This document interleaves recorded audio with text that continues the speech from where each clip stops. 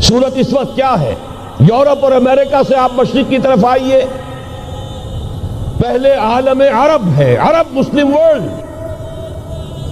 مجھے یہ کہتے ہوئے سخت دکھ ہو رہا ہے، پورا عالم عرب وہ فتح کر چکے ہیں۔ وہ عرب ممالک کے جو اسرائیل کے ساتھ کسی میز پر بیٹھ کر گفتگو کرنے کو تیار نہیں تھے، آپ دیکھ رہے ہیں کہ لائن لگ گئی۔ کبھی صرف انور سادات نے ریکگنائز کیا تھا، پوری دنیا میں شور مچا تھا، اس پر لعنت ملامت ہوئی تھی۔ اب تو ایک ایک کر کے، وہ شاہ حسن ہو چاہے شاہ حسین ہو، اب تو وہاں سے ویزے ختم ہو رہے ہیں۔ سعودی عرب اور امارات، انہوں نے جو کچھ کاروباری بندشیں لگائی ہوئی تھی وہ ختم کر دی گئی، ان میں نرمی پیدا کر دی گئی۔ یہ صورتحال ہے کہ واقعتاً ان کی جو عالمی تسخیر کا پروگرام ہے وہ آگے بڑھ رہا ہے، اور بدقسمتی سے امت مسلمہ کا جو قلب ہے، اس امت کا قلب امیین پر مشتمل ہے۔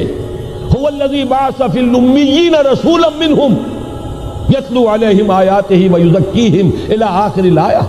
حضور بھی امی تھے، انہی میں سے تھے صلی اللہ علیہ وسلم، لیکن آج وہ قلب جو ہے عالم اسلام کا، وہ یہودیوں کے شکنجے میں کسا جا چکا ہے۔ فرش التراب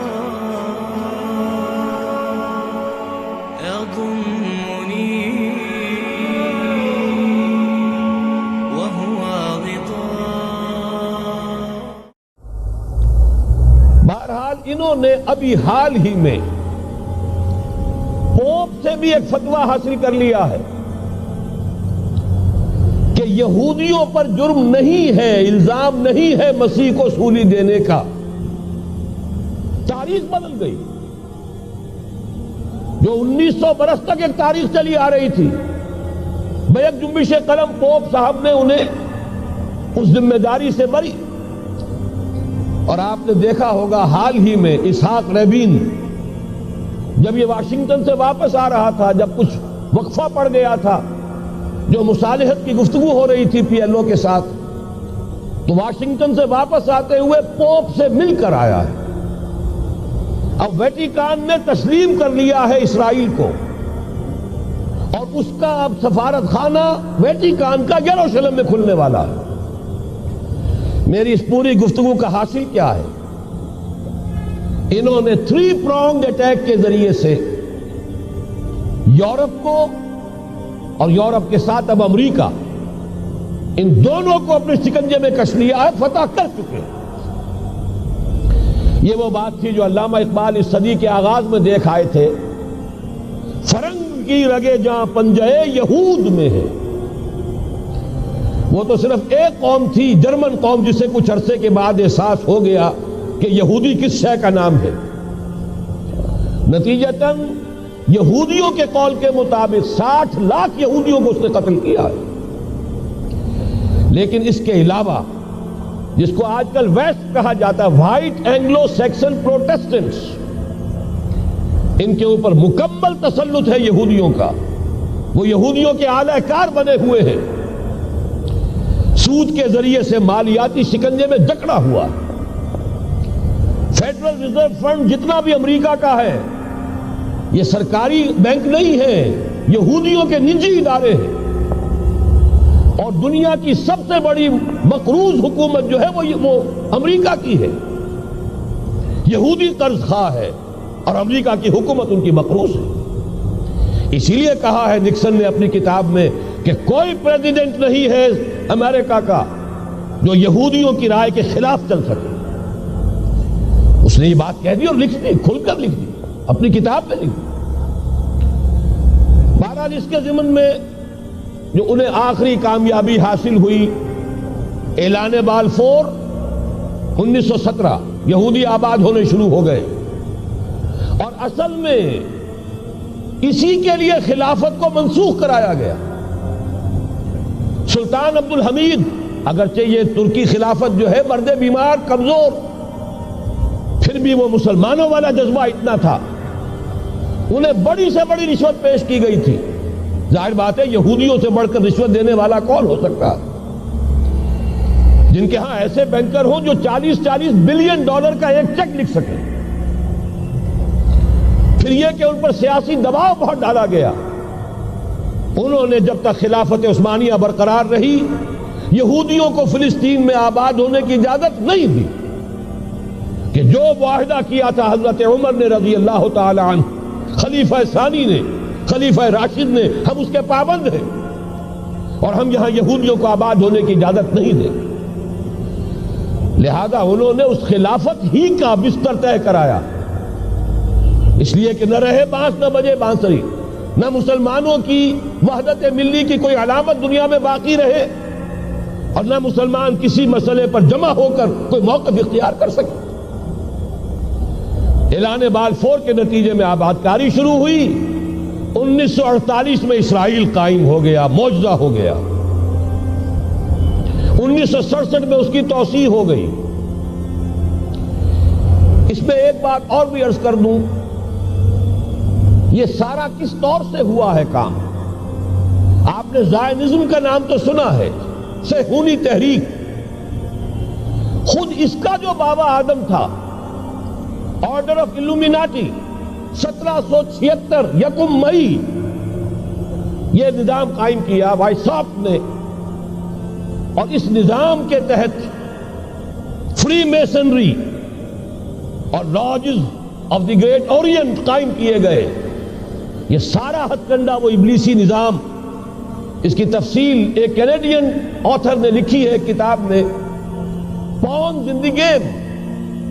یہ سارا دھندا ایک شیطانی چکر ہے، ابلیسی چال ہے، اور اس کے ذریعے سے اسرائیل قائم ہوا اور اس کی توسیع بھی ہوئی 1967 میں.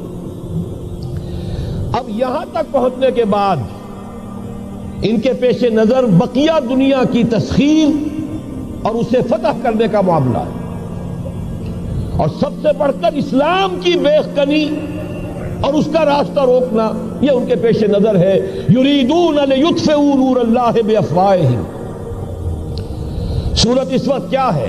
یورپ اور امریکہ سے آپ مشرق کی طرف آئیے، پہلے عالم عرب ہے، عرب مسلم ورلڈ. مجھے یہ کہتے ہوئے سخت دکھ ہو رہا ہے، پورا عالم عرب وہ فتح کر چکے. وہ عرب ممالک کے جو اسرائیل کے ساتھ کسی میز پر بیٹھ کر گفتگو کرنے کو تیار نہیں تھے، آپ دیکھ رہے ہیں کہ لائن لگ گئی. کبھی صرف انور سادات نے ریکگنائز کیا تھا، پوری دنیا میں شور مچا تھا، اس پر لعنت ملامت ہوئی تھی. اب تو ایک ایک کر کے، وہ شاہ حسن ہو چاہے شاہ حسین ہو، اب تو وہاں سے ویزے ختم ہو رہے ہیں.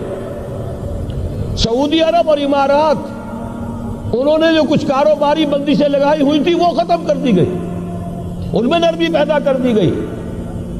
یہ صورتحال ہے کہ واقعتاً ان کی جو عالمی تسخیر کا پروگرام ہے وہ آگے بڑھ رہا ہے، اور بدقسمتی سے امت مسلمہ کا جو قلب ہے، اس امت کا قلب امیین پر مشتمل ہے. هو الذی بعث فی الامیین رسولا منہم یتلو علیہم آیاتہ ویزکیہم الی آخر الآیہ. حضور بھی امی تھے، انہی میں سے تھے صلی اللہ علیہ وسلم. لیکن آج وہ قلب جو ہے عالم اسلام کا، وہ یہودیوں کے شکنجے میں کسا جا چکا. اکثر وہاں کے جو حکمران ہیں امریکہ کے ایجنٹ ہیں، سٹوجز. یہ حالات جہاں تک عالم عرب کا تعلق ہے تلخ حقائق ہیں جو بیان کر رہا ہوں، اس لیے کہ آپ کے سامنے رہنا چاہیے. یہ جو اقبال نے کہا کہ دنیا کو ہے پھر مار گئے روح و بدن پیش، ابلیس نے پھر اپنے درندوں کو ابھارا، اللہ کو پا مر دیے مومن پہ بھروسہ، ابلیس کو یورپ کی مشینوں کا سہارا. یہ دوبارہ ایک بہت بڑے پیمانے پر حق و باطل کا گھمسان کا رنگ پڑنے والا ہے. ملاحم کی جو حضور صلی اللہ علیہ وسلم نے پیشین گوئیاں فرمائی، الملحمۃ العظمیٰ، تاریخ انسانی کی عظیم ترین جنگ جو ابھی آنے والی ہے، اس کو سمجھ لیجئے اچھی طریقے سے کہ اس میں جو قوتیں ایک دوسرے کے مقابل آ رہی ہیں وہ کون سی ہے. نیو ورلڈ آرڈر کہنے کو امریکہ کے زیر قیادت ہے، حقیقت میں امریکہ خود یہودیوں کے پنجے میں ہے. یہ وہی ابلیسی طاقت ہے جو آگے بڑھ رہی ہے. عالم عرب کو فتح کرنے کے بعد اب ان کے پاس اگلا عالم اسلام کا حصہ ہے، غیر عرب مسلم ورلڈ. ایران ہے، اس کے شمال مشرق میں ترکستان ہے، روسی اور چینی، مشرق میں افغانستان ہے، پاکستان ہے. یہ ایک بہت بڑا سالڈ بلاک ہے. اس کے بعد اگرچہ ہندوستان آتا ہے، بھارت، ظاہر بات ہے کہ وہاں مسلمان اقلیت میں ہے سوائے کشمیر کے، لیکن یہ نوٹ کیجئے کہ وہاں بھی کم سے کم 15-18 کروڑ مسلمان موجود ہیں. آج بھی دنیا کا سب سے بڑا ملک جس میں مسلمانوں کی تعداد اور جن کی نفری سب سے بڑھ کر ہے وہ بھارت ہے. اس کے بعد پھر انڈونیشیا، ملائیشیا ہے. اس سے آگے ہے پھر فار ایسٹ، ابھی انہیں فتح کرنا ہے.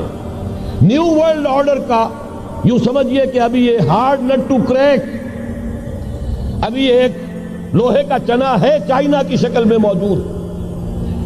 اور مجھے یاد آ رہا ہے ڈی گال کے الفاظ بہت سے لوگوں نے سنے ہوں گے. اس نے کہا تھا کہ ہم نے خام خواہ روس کو اپنا دشمن بنا لیا ہے، وہ تو ہمارا بھائی ہے، وائٹ ریسس، وہ تو بنیادی طور پر یورپین قوم ہے. Beware of the yellow masses of the east. تمہیں گھبرانا چاہیے، تمہیں خبر لینی چاہیے. وہ مشرق بعید کے جو زرد رو لوگ ہیں، China, Indo China, Japan, yellow recess.